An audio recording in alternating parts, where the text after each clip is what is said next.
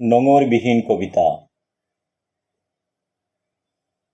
কবিতাটি 1989-90-তে লেখা।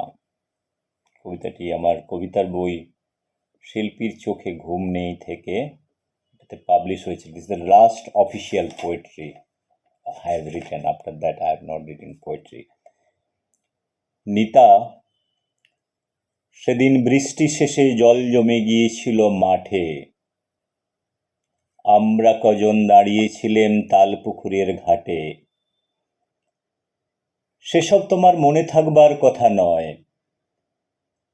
আমার পায়ের সামনে এক পদ্ম মেলে ধরেছিল ডানা। আমার হাত পদ্মের ডানার স্পর্শের আগেই পদ্ম ডুব দিয়েছিল জলে। নিতা, আমাদের কোনো রাস্তা নেই, আমাদের কোনো ছাদ নেই, আমাদের ল্যাম্পপোস্টের আলো আজ 45 বছর ধরে অন্ধ। তুমি আমায় সোজা রাস্তায় হাঁটতে বলেছিলে খুব জোরে। আজ আমি অন্ধকারে 5খানা বাঁক পেরিয়ে চলে এসেছি সোজা তালপুকুরের ঘাটে। নিতা, পৃথিবীর সব রাস্তা যদি সোজা হতো তবে নিমেষেই চলে যেতাম যেখানে সেখানে। নিতা, ওই যে দূরে গগনডাঙার মাঠ, পৃথিবী রোজ জন্ম দেয় এক মুঠো ধান, সেখানেও যেতে হয় 18 বাঁকের পর। নিতা, আজকাল কেউ আর সোজাভাবে তাকায় না। আমাদের কোনো ঘর নেই বলে দাঁড়িয়ে আছি খোলা আকাশের নিচে। আমাদের কোনো ভালো লাগা নেই বলে ডুব দিচ্ছি নোনা জলে। আমাদের কোনো চোখ নেই বলে হেঁটে চলেছি বাঁকা পথে। নিতা, তবে কার দোষ বলো? রাতের বেলা এখন ভালোই দেখতে পাই, রাত পাখির সাথে ভালোই কথা বলি। একা একা হেঁটে চলি নির্ভুল নিশানায়। এঁদো পুকুরের ধারে ভাঙা সিন্দুকের চাবি খুঁজে নিতে অসুবিধে হয় না আর। ডাক্তারবাবুর দেওয়া রাত চশমা পরে আমি দিব্যি দেখি চাঁদের দেশের অট্টহাসি। রাত আরো গাঢ় হলে রাত চশমায় আমায় চিনিয়ে দেয় শালের পাশে সরষে ফুলকে, হৃদয়ের পাশে ভেসে বেড়ানো কলা ভেলাকে। আমার যারা শত্রু আছে, আমার যারা মিত্র আছে, তারাও জেনে গেছে এ রাত চশমার গুণ। আমি আগের চেয়ে ঢের ভালো করে চিনতে পারি আমার জাত শত্রুকেও। মাটিতে আমার হাত, গভীরে আমার নিঃশ্বাস, বিনিদ্র রাত্রির সাথে আমার সব কথা বলা হয়নি বলে রাত পাহাড়ের কোলে আমি রেখেছি মাথা। জননীর যন্ত্রণার নবজাতকের কপালে কালের রেখা স্পষ্ট বলে আজকাল মানুষের ঘুম ভাঙে বড্ড দেরিতে। পৃথিবীর মাঠে মাঠে অবৈধ সন্তানের সারির পাশে দাঁড়িয়ে আছি আমি। রাত্রির বুকে ক্ষোভ ছিল বলে রাত্রি গভীর হয়েছে আরো। চোখের পাশে উদ্দাম চোখ, রাত্রির পাশে কালো রাত্রি, বিদায়ের পাশে অশ্রু, সময়ের পাশে কালো হাত, কালি মাখায় শ্বেত জবার গর্ভে। কদিনের জন্য ঘর বাঁধা বলো, কদিনের জন্য ডালিয়ার বুকে জল দেওয়া, কদিনের জন্য শূন্যতাকে টাঙিয়ে রেখেছি দেওয়ালে, কদিনের জন্য লণ্ঠনের আলোয় পৃথিবী পরিক্রমা। এরই মধ্যে কতবার লণ্ঠনের আলো জ্বলে আর নিভোয়, গাঢ় হয় রাত পাখির কণ্ঠস্বর। কতবার ডালিয়ার বুক থেকে পাপড়ি খসে পড়ে, পুরানো মদের বোতলে নূতন মদ ভর্তি হয়। এরই মধ্যে কতবার মাটির তলায় ফিসফাস শব্দ মাথা তুলে গর্জন করে। কদিনের জন্য কৌটোয় রাখা ভালোবাসা কর্পূরের মতো উড়িয়ে দেওয়া। কদিনের জন্য লম্ফঝম্প, তারপর খইয়ের সাথে যাওয়া বলো। আজ তোমার জন্য বকুলের বনে সন্ধ্যা হয় নিতা, বেহুলার কলা ভেলা ভেসে যায় দূরে। তোমার জন্য দশমীর চাঁদ বাসি মুখে দাঁড়িয়ে থাকে, তোমার জন্য ক্যাকটাস বনে হরিণীর চোখে জল। ভালোবাসি বলে হাত বাড়ালেই উড়ে যায় কাক, উড়ে যায় চৈত্রের ভালোবাসা। বলো নিতা বলো। আবার ছেঁড়া স্বপ্নে জেগে উঠলে কেন নিতা? তোমার শরীরে হাত রেখে যে আকাশ স্বপ্ন দেখে, তাকে তুমি কি নামে ডাকো? স্বাধীনতা বলে? স্বাধীনতাকে আমরা খাঁচার পোষা ময়না বানাতে চাই না কেউ। নিতা, মনে আছে তোমার বয়স তখন আর কত, 22 কি 23? আমি সবে পৃথিবীর মাঠে মুখ তোলা অর্কিড। তখন আমি এমনি জল কাদা মাটি, আমি এমনি ভেসে বেড়ানো হাওয়া। নিতা, তারপর আমরা হাওয়ার সাথে পাল্লা দিয়ে বেরিয়ে পড়েছি ঘর ছেড়ে। তুমি নদী ভালোবাসতে, নদী। আমি, আমার নিজস্ব কোনো ভালো লাগা নেই। তুমি আমায় ডেকেছিলে পলাশ বলে, আমি তোমায় ডেকেছি বকুল বলে। আজ আবার তোমায় লিখছি, অতল তলে তলিয়ে যাবার নাম আত্মহত্যা। আমাদের ভালোবাসার রং 47-এর ছেঁড়া স্বাধীনতার মতো, আমাদের ইতিহাস টিয়া পাখির ঠোঁটের মতো বাঁকা। সূর্যাস্তের পর পৃথিবীতে কতক্ষণ আলো থাকে নিতা? তুমি বলেছিলে কেন 4 মিনিট? নিতা, শুধু এটুকু সময়েই এঁকে দেব শেষ বিদায়ের ছবি তোমার কপালে। তোমার চোখের জল দিয়ে ভিজিয়ে দেব ভাঙা শস্য ক্ষেত্র। সেখানে ফলবে 1000 বছরের ব্যর্থতার বীজ। বলো নিতা বলো। নিতা শোনো,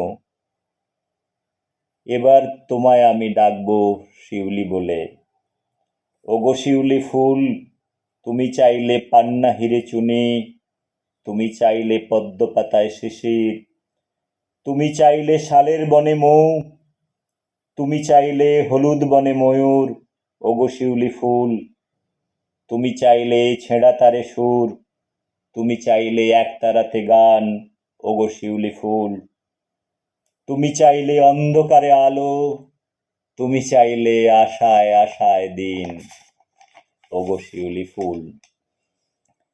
বলো নিতা, অনেক বছর পর আবার সূর্যের মুখে চুমু দেব, অনেক বছর পর আবার আমলকি বনে হরিণ, অনেক বছর পর দিঘি বেয়ে সাঁতরে যাব আমি, অনেক বছর পর কপালে কপাল ঘষে আগুন, অনেক বছর পর আবার ব্যর্থতার ঘরে আলো। এবার একটু শান্তিতে ঘুমোবো নিতা।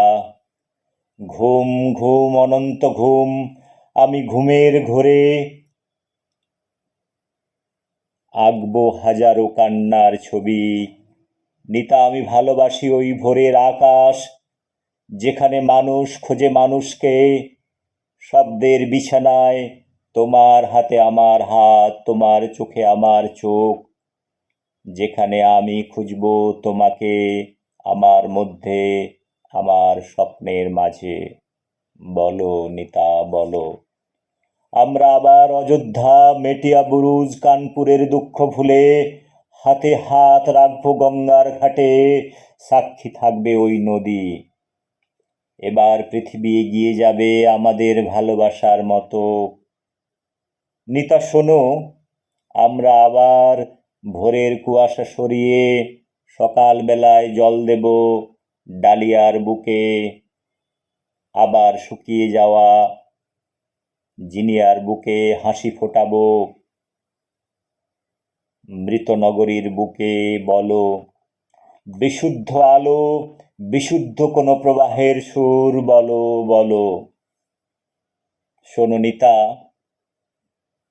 এবার তোমায় আমি ডাকবো স্বাধীনতা বলে, রাগ করবে না তো? Friends, this is a long poetry and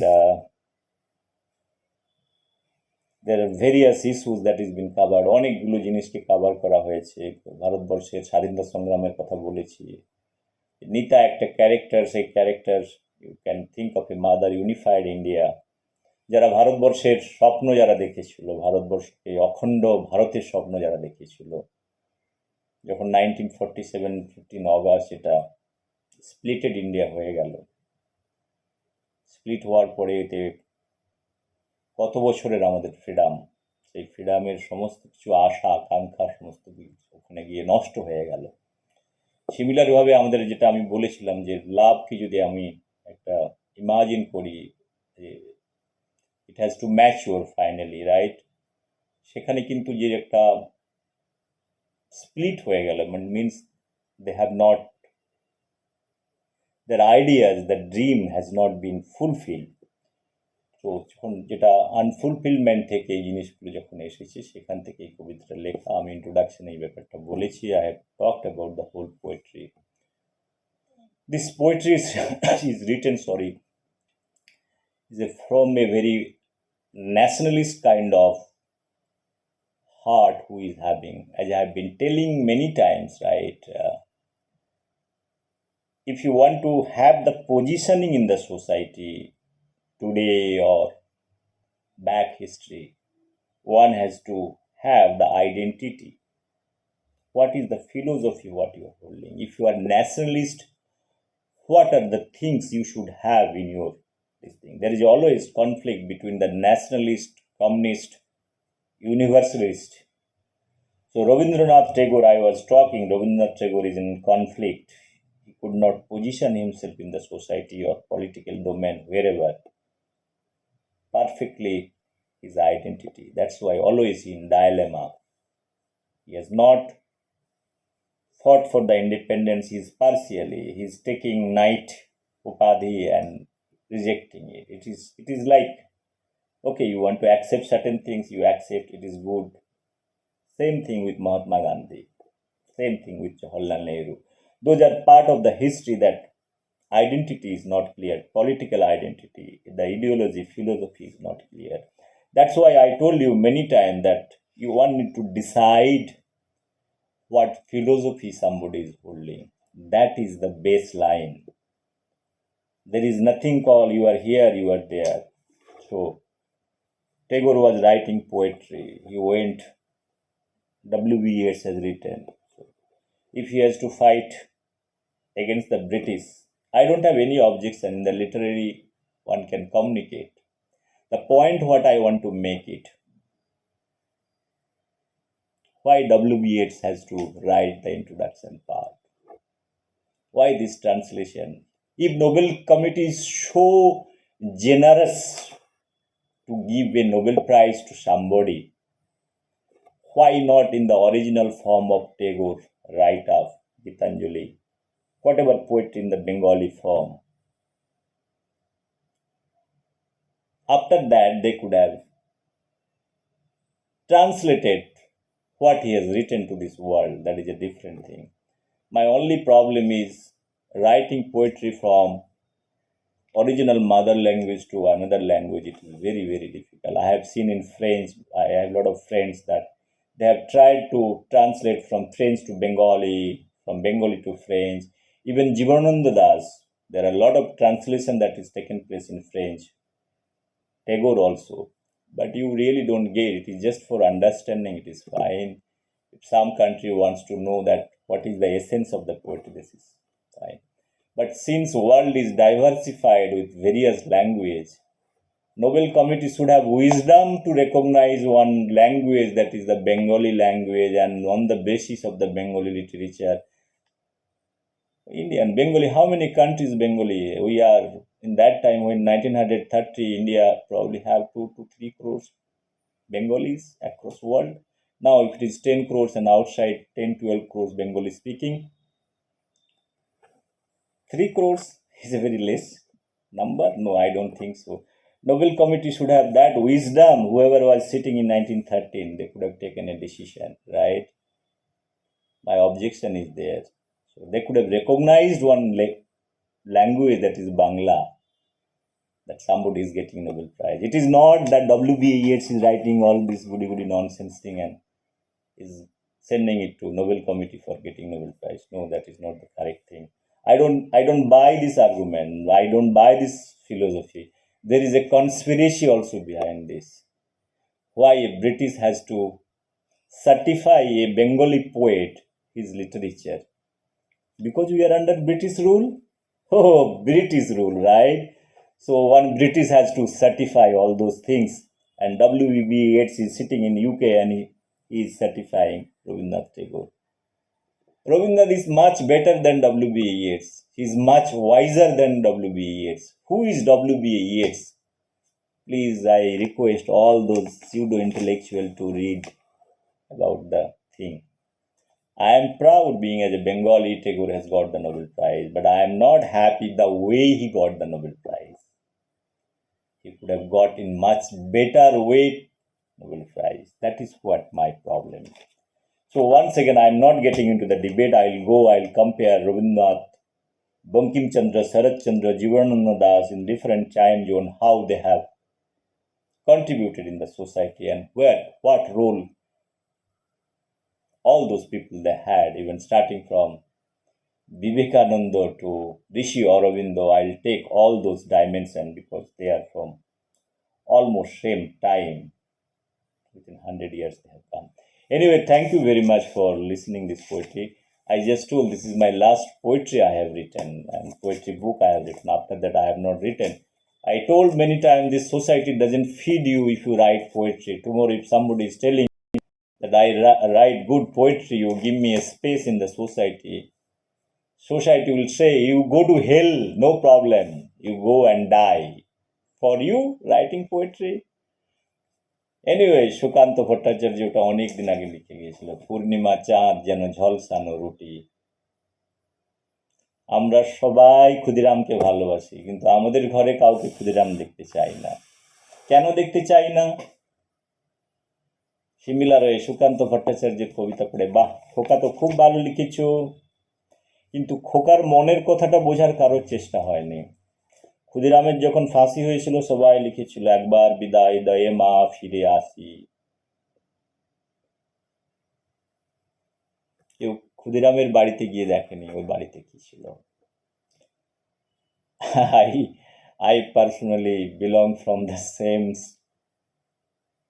district, very near to my home. So, very interesting thing, even Vidyasagar is from my district, just 20 kilometers away from my home.